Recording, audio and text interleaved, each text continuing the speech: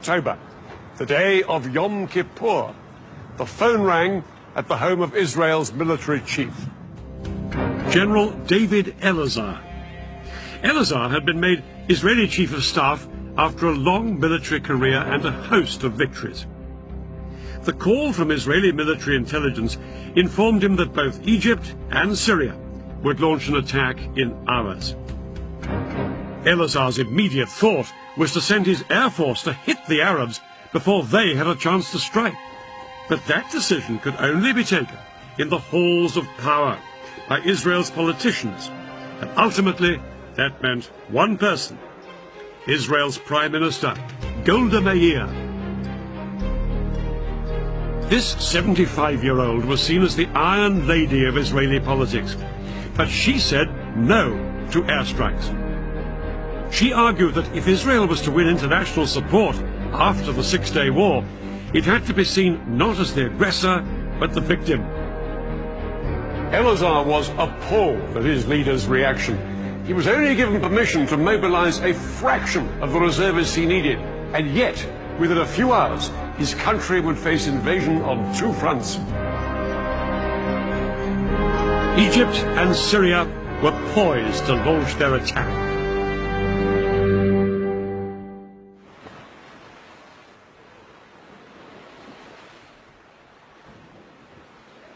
Just before 2 o'clock, the Egyptians put their part of the plan into action.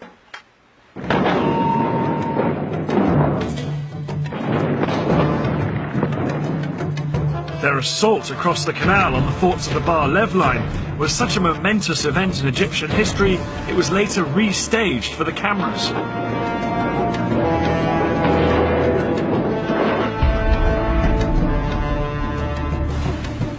Thousands of Egypt's best-trained commandos crossed the Suez Canal in rubber dinghies. They landed on the east bank in the gaps between the forts of the Bar Lev line. The Egyptian commandos then scrambled up the high sand ramparts. They attached rope ladders to make it easier for the soldiers following on behind them.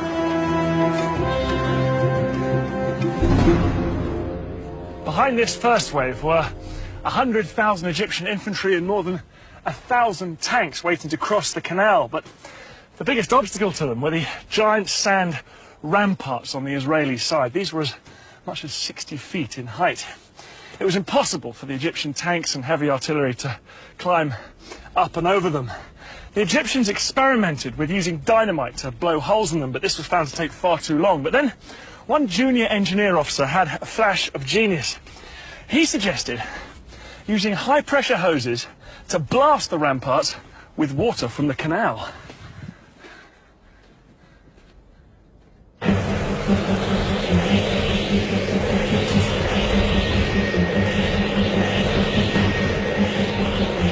It was an extraordinary idea which would have to work if the entire Egyptian assault was to be a success.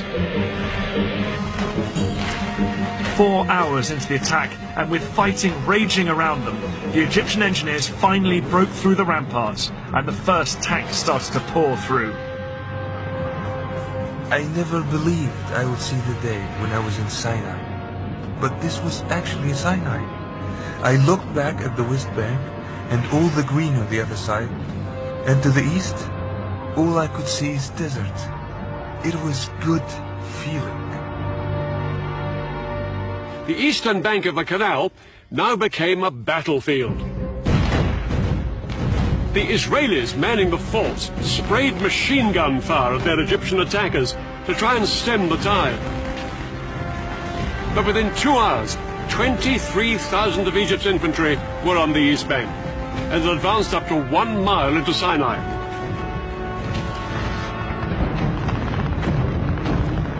The fort was surrounded by Egyptian forces and was under constant fire. We made repeated calls for help. We fired from time to time and reported back what we saw.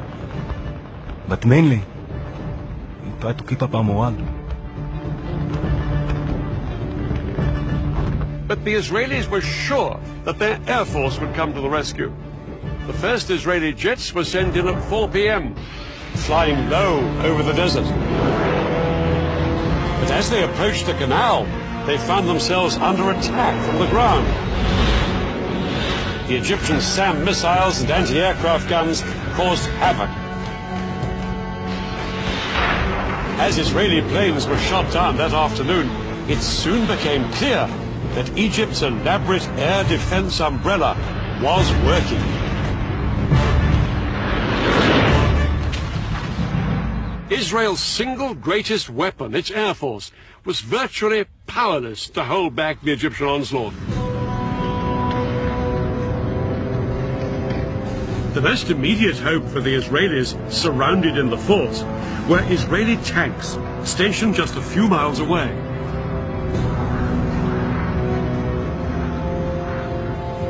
The Israeli tanks raced towards the canal. They thought they'd throw the Egyptians back as easily as they had done in 1967. But as they got closer, they found themselves coming under attack from a weapon they'd never faced before.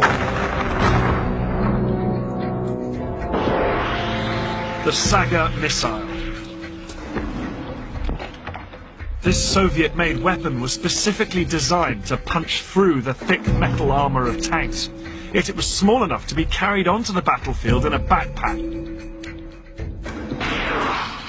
Unlike bigger anti-tank guns, the Saga could be set up in moments. This lightweight piece of kit was made all the more lethal because the missile could be steered onto its target.